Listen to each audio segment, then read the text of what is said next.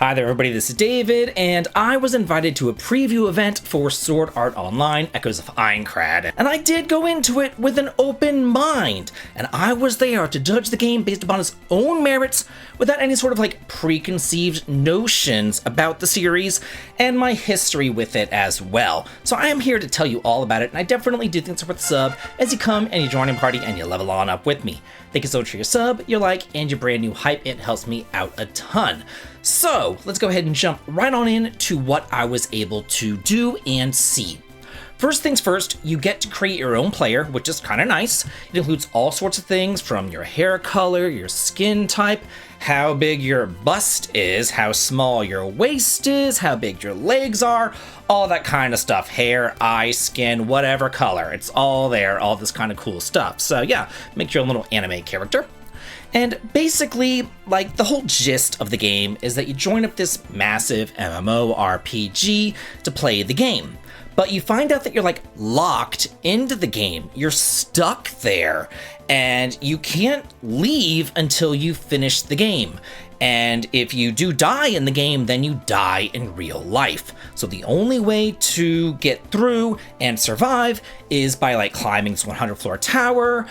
But again, you have to defeat the final boss, and yeah, you're kind of screwed. Also, they said that if somebody in real life, you're playing the game and your mother or your brother or whoever comes around and tries to remove the little headset off of you, it'll instantly kill you and zap you or whatever. So yeah, there is no getting out of this alive unless you do. So the first save started me off at the beginning of the game. You're let loose in pretty much a hallway filled with these little spiders. It is one exceedingly long hallway, and you're fighting the exact same enemy over and over and over again. And you're just kind of collecting random crap that's strewn about, and this here is kind of like a preview of what the entire game is. And also, I only had 3 hours with the game, so I didn't have a lot of time, so I wanted to make sure that I got as far as I could, so I played it on easy, just so I could really power on through and see as much stuff as I possibly could in my limited amount of time, and I ended up dying the first boss fight, so if that's any indication on the difficulty level, just FYI, it's probably a little bit hard, but there weren't any healing points or anything, and it immediately revived me back then right at the first boss fight, so it wasn't a big deal, and it put me back to full HP, which was nice because I was kind of at nothing HP by the time that I got to that boss fight, probably because I was fooling around the tutorials, trying to figure out how to fight and all that kind of stuff.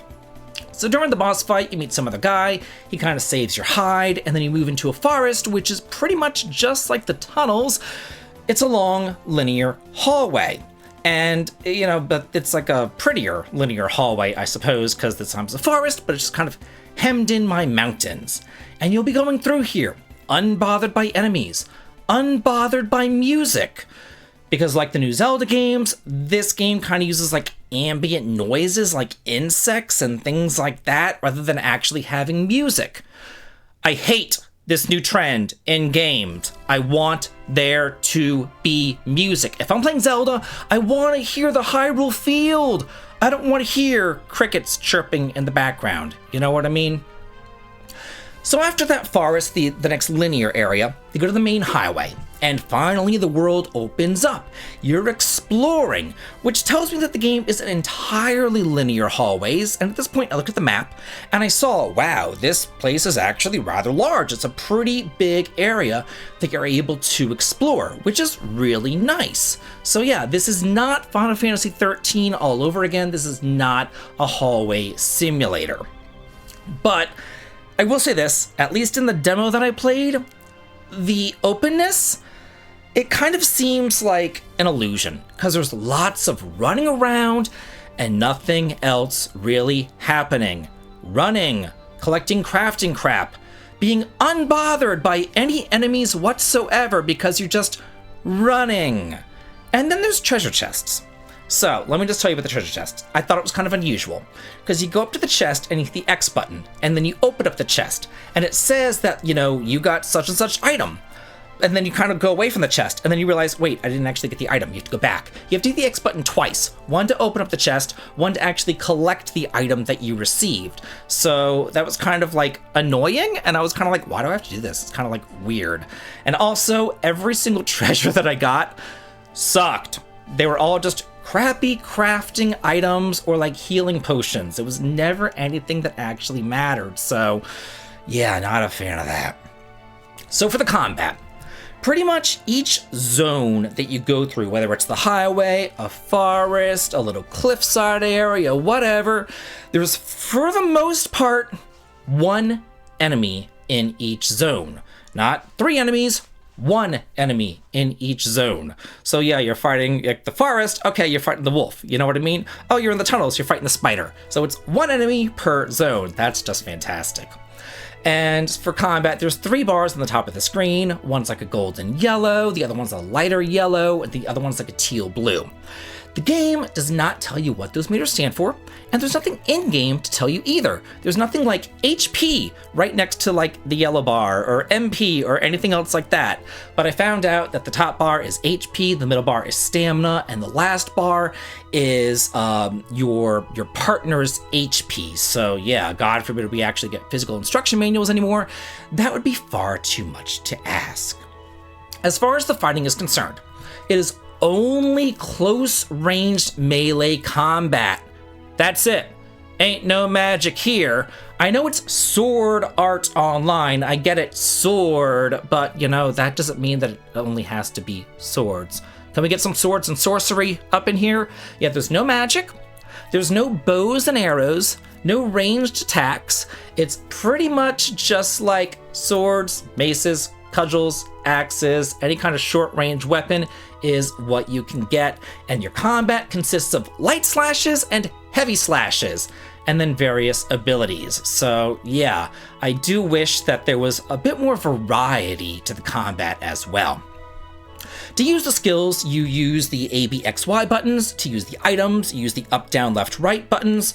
And the items that you're able to hold is whatever you can fit inside your pouch.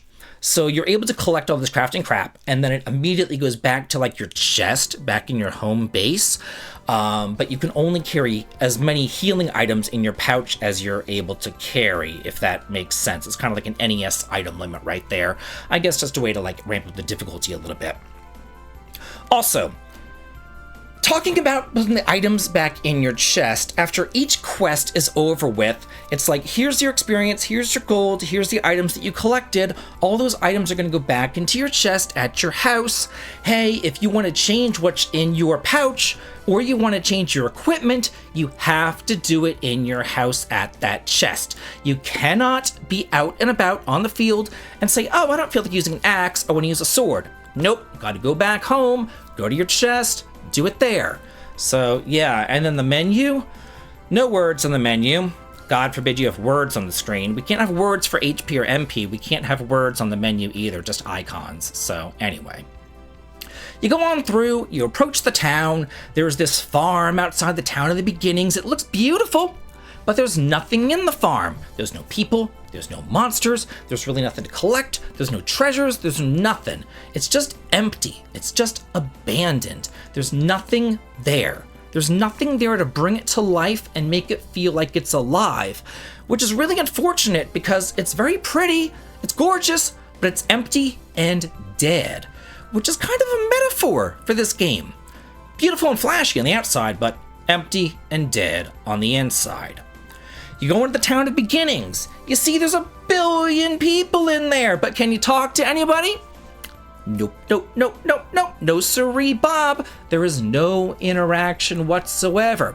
Can you go inside of any of the doors, inside the shops or the houses? Nope, nope, nope, nope, nope. It's all window dressing. You can't do that. So yeah, you are able to teleport around town. You could talk to a smithy and an item seller. So that's it, 2 people, the merchants. You can talk to the merchants. Can't talk to anybody else. That's too much to ask. So basically, the loop of the game is you get sent on a quest. Every single outing is a quest.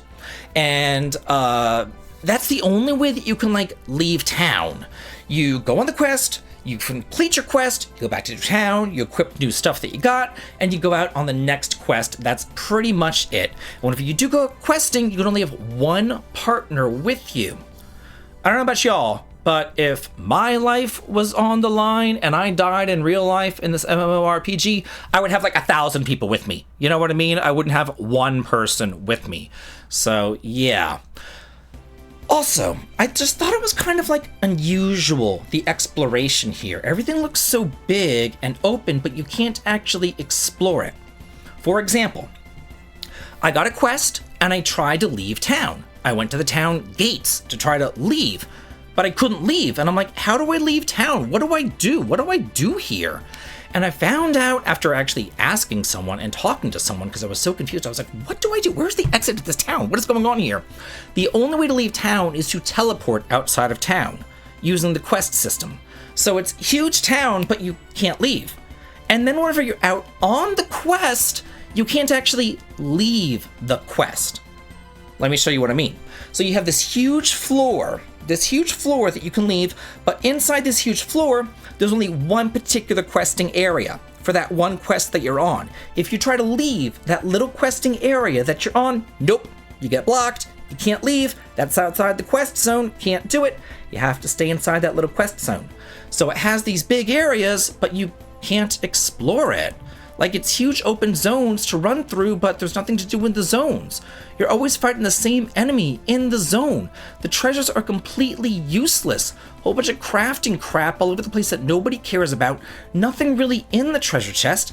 And even though it's open, it's not Xenoblade. If you jump down a cliff, you die.